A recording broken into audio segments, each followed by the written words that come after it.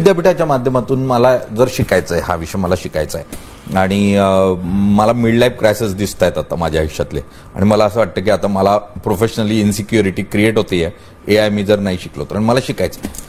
तुम्ही मला काय सल्ला द्याल? आपल्या इथे आपण 2-3 उपक्रम इथे घेतलेले आहे. जसं की मी तुम्हाला सांगितलं की मायक्रोसॉफ्ट बरोबर आपण एक AIचं प्रशिक्षण चालू केलेलं आहे. ते अगदी 30 तासाचं प्रशिक्षण आहे. त्याच्यातून तुम्हाला बेसिक टूल्स कसे वापरायचे Azure वरती आहे. सिमिलरली असे बरेचसे टूल्स आहेत, त्याच्यावरती छोटे छोटे प्रोग्राम्स ऑनलाईन सुद्धा उपलब्ध आहे. पण अनेकदा असं होतं की ऑनलाईन माध्यमातून लोकांना मोटिवेशन तेवढं राहत नाही आणि 90% लोक सोडून जातात. म्हणून आपण टीचर बेस्ड सिंक्रोनस मोडमध्ये आपण ते घेतो आहे आणि युनिव्हर्सिटी त्याच्यासाठी ₹5 सुद्धा चार्ज करत नाहीये कोणाला. आम्ही त्याच्यासाठी सुद्धा फंडिंग एका एजन्सीकडून आणलेली आहे आणि आता आम्ही ते धोरण घेतलेलं आहे ना. माझी 17 जणांची टीम रोज सातत्याने लोकांपर्यंत पोहोचते आणि त्यांना सांगते की तुम्ही हे प्रशिक्षण घ्या.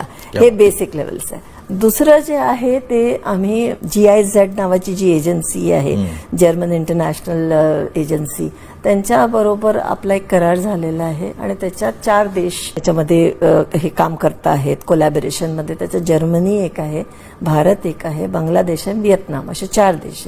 या सगळ्यांच्या माध्यमातून आपण मायक्रो क्रेडिट्स ऑन AI आपण महाराष्ट्र राज्य कौशल्य विद्यापीठ पुढाकार घेत आहे. We are the lead agency for that. आणि त्याच्या माध्यमातून मायक्रो क्रेडिटचे प्रोग्राम्स आणतोय जे कुठल्याही अभ्यासक्रमात जाऊ शकतील असे आपण डेव्हलप केलेले.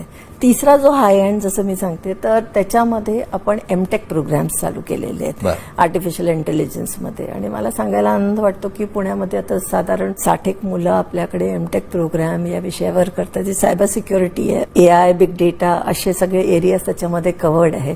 आणि त्यातले 90% जे पार्टिसिपंट्स आहेत प्रोग्राममध्ये ते 5 वर्षाहून अधिक एक्सपिरियन्स असलेली लोक आहेत. 5 ते 25 वर्ष असा एक्सपिरियन्स असलेली लोक आहेत.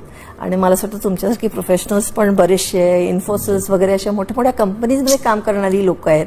आणि आपण क्लासेस सकाळी 7:30 ते 9:30 घेतो आणि सॅटर्डेजना आपण पूर्ण लॅब्स करतो ज्या दिवशी त्यांच्या सुट्ट्या असतात. राष्ट्रीय पातळीवरती पण AICTEचं धोरण असंच आहे, कारण मी AICTEच्या व्होकेशनल बोर्डवरती पण आहे. चेअरमन बरोबर डिस्कशन करताना सुद्धा हे जाणवलं की लोकांना शिक्षण द्या, पार्ट टाइम आहे, फुल टाइम आहे हे न म्हणतात तेवढे तास कंप्लीट होतात का आणि त्यांना शिकता येतं का हे महत्वाचं आहे. तो कधी करतो हे महत्वाचं नाही आहे. आणि सिंक्रोनस मोडमध्ये घ्या जिथे टीचर आहे, टीचर आणि स्टुडंटचं इंटरॅक्शन होते, कारण हे शेवटी टेक्नॉलॉजी आहे आणि टेक्नॉलॉजी स्किल मध्ये त्याचं रूपांतर होतं, कारण you have to use it.